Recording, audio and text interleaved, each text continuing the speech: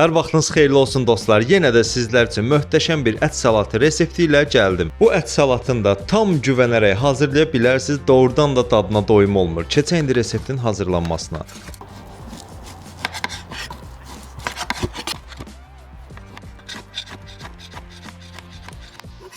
Gördüyünüz kimi qaynanmış mal ətini yeyirik, başlayırıq doğramağa. Doğramış ətləri bir qaba alandan sonra başlayırıq xırda-xırda almanda doğramağa.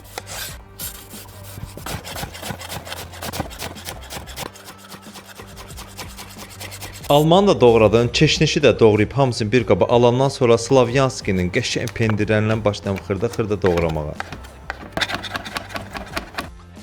Mən bu reseptimdə Diadya markasından olan yaşıl noxuddan və qarğıdalı dənələrindən istifadə edirəm. İndi keçək əsas məsələyə. Slabada markasından olan mayonezdən istifadə edirəm. Gördüyünüz kimi qaymaqlı, zeytun yağı tərkibli və xama tərkibli mayonezləri var. Belə deyək, ikisi birində, amma dadı da doğrudan mükəmməldir. Duz istiot vurandan sonra zirincini də vurursan, yaxşı-yaxşı başlayırsan salatı qarışdırmağa. Çoxu da kommentlərdə yazır ki, ona boşqabda çatlayıb, amma bilmirlər ki, anamın nənəsidir. Hazırlayan kəsəndə şol olsun dostlar, sağ olun, Allah əmanət. Cəlal, həmişə məhsulunu gətirirsən, amma yemirsən.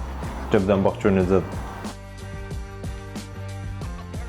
Nuş olsun, qardaş, nuş olsun. Heç belə gözlərlə deyil.